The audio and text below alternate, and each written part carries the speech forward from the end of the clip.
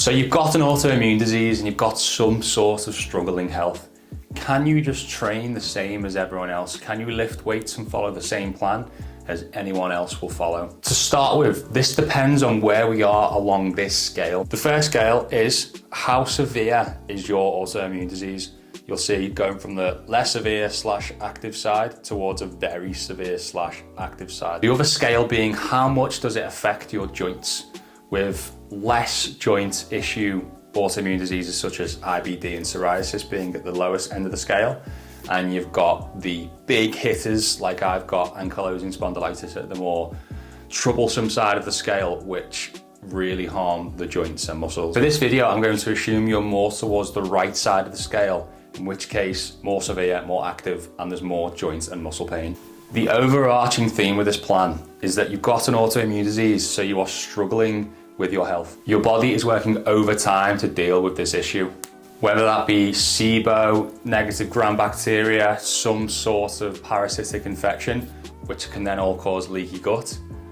Your body is having to fight to deal with this throughout the day, and the energy levels you'll have and the ability to work hard in the gym just comes down. All of these things I mentioned wreak havoc on our energy system, so our neurotransmitters are getting used up, hormone levels all over the place, and just general dopamine, and that get up and go feel might not be there as much as compared to a normal person with normal health. The first point I'd like to make is that we need to lower our volume and then potentially higher the frequency of our weight training. I found with people with autoimmune disease that you can't really push yourselves as much as you'd like to. Our energy levels are more varied day to day, but even on those good days, it's important to not get too excited and push it overboard, and to always leave something in the tank. This is the advice I'd give to most people anyway. Much of the lifting advice we get now is actually rooted in steroids and people being enhanced.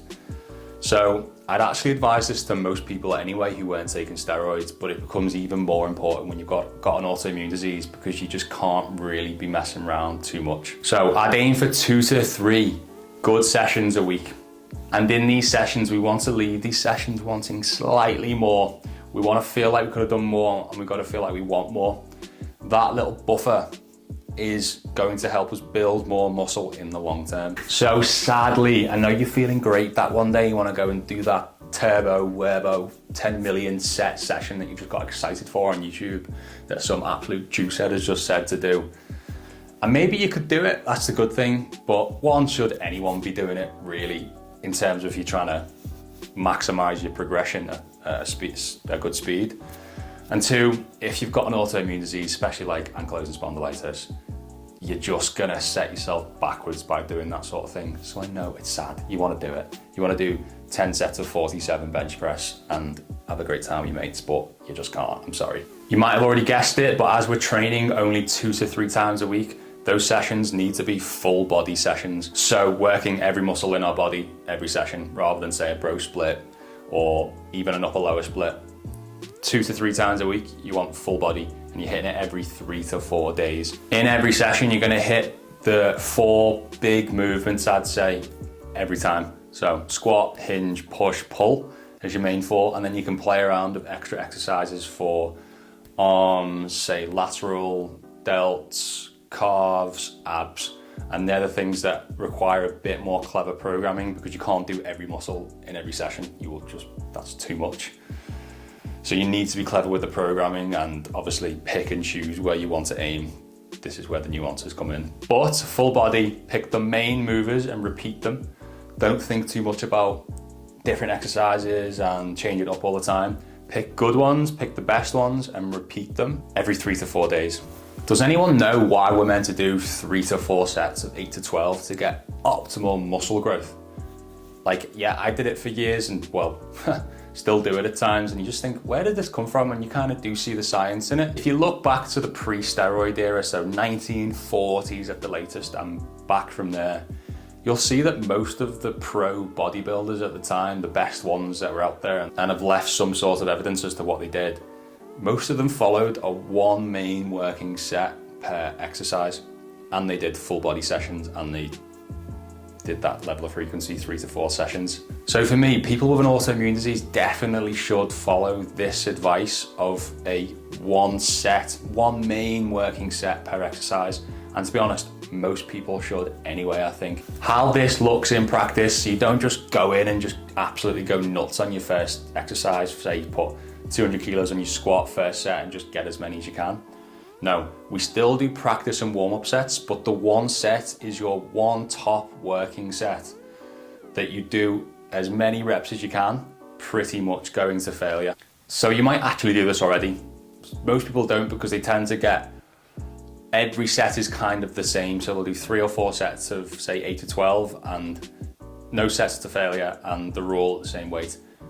What I'm saying with the one set method, build up, prime yourself, and then once you're ready, rest, and then fully go into that one set. You'll see on these squats, so I'll warm up with the bar, I'll work the technique, do a few little pulses at the bottom, then I'll slowly build up the weight until I get to the point where I'm happy with the weight and it's in the rep range. I'm hitting no more than 6 reps here. And then I'll take my time, take 2-3 minutes, and then go fully into that set, get as many reps as I can. You'll see here on this pressing exercise, the best part of the one set, if you work with a training partner, is it adds a bit more fun and competition to it, and less boring, you could say, because me and Josh here, we set same weight, who can get the most reps in one set, and then we're done. And yeah, Josh just about beat me on this one, absolutely fuming at. The point here being, say if you did 3 to 4 sets of 8 to 12, would any of those sets be as hard as that one set where you push all the way?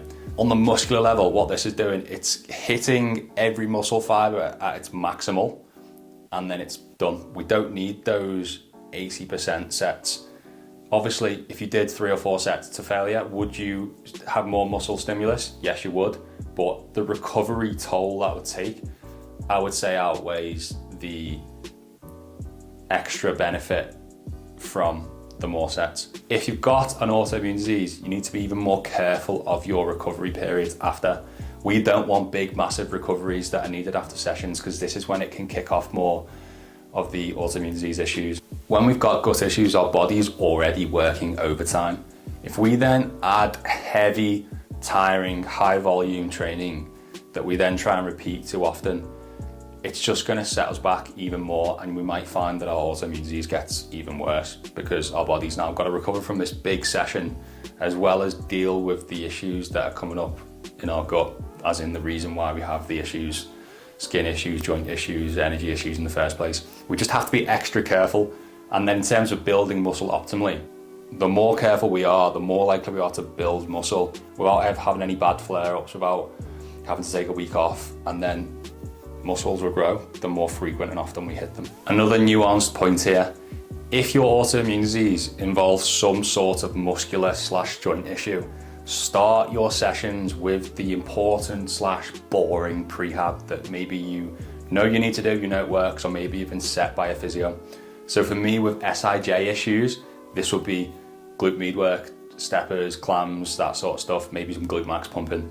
If it's shoulder / upper back issues, maybe you do some active hangs. The point is, if you know you've got something that's important to do, make sure you do it at the start, because that is the thing that's going to actually maybe support the issue directly, to then allow you to have more fun in the rest of the session, knowing that you've hit the important bit. Then you can crack on with what you want to do. Even if you're feeling absolutely fine and you're like, I felt great for 3 days, I don't need to do any sort of prehab that I know has got me to this great point, do it. It's still going to help, okay? If it's always worked for you, working on that shoulder, doing this exercise, doing that, you've been set by a physio, do it at the start of your session. Don't make your whole session about doing boring ass clams or whatever. Do the important stuff and then crack on. The other idea here is to actually separate it, which I do sometimes, where you do a separate session for your prehab stuff, different time of the day, obviously not too tiring, and then you go in and do your main gym stuff. But the issue I find there is you can always add too much volume. I say do it in the session at the start, and if it takes 10-15 minutes, you've only got the remaining time to do what you need to do, and that's probably helpful for the volume thing we've already talked about. My final point, what do we do when we flare up? I'm yet to see in myself ever, or in anyone I've worked with, The idea of grinding through, gritting your teeth and just getting through the pain to actually lead to better results overall, I'm yet to see it. Especially if there's joint inflammation. Do you really think that if you add stress through lifting to an already inflamed and just upset joint that's struggling already, you just add aggravation to it? Do you really think that's going to make the pain go away, or it's going to want to grow from it? No, it's just going to tell your body even more to shut down and to cause more joint pain, inflammation and soreness. So from what I've seen, it's the best route is rest. If there's already inflammation internally from leaky gut, from SIBO, it's already harming the joints and the muscles. Don't be adding extra stress to it. The internal inflammation is causing too much havoc. Don't add more stress. I'd instead pick some lighter movements like a light walk or some stretching.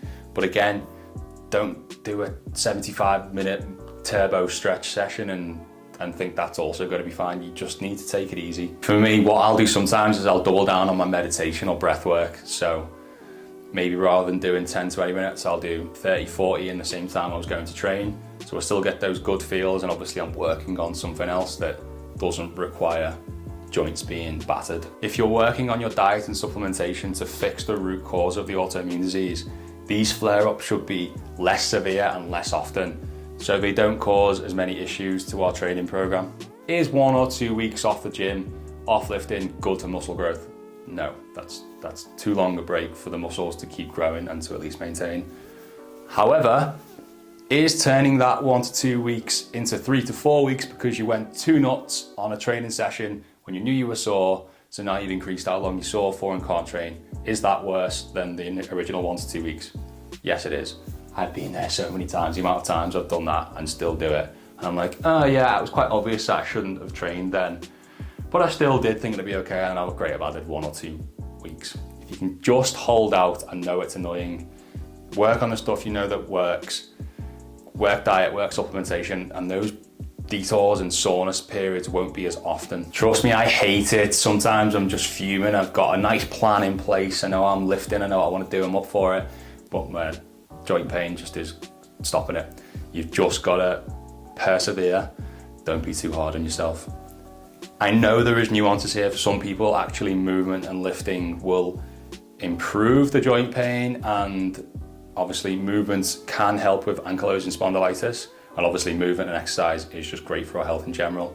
So not every single case will be a case of resting, but most cases I see, it is a case of, yeah, you need to rest and let it recover.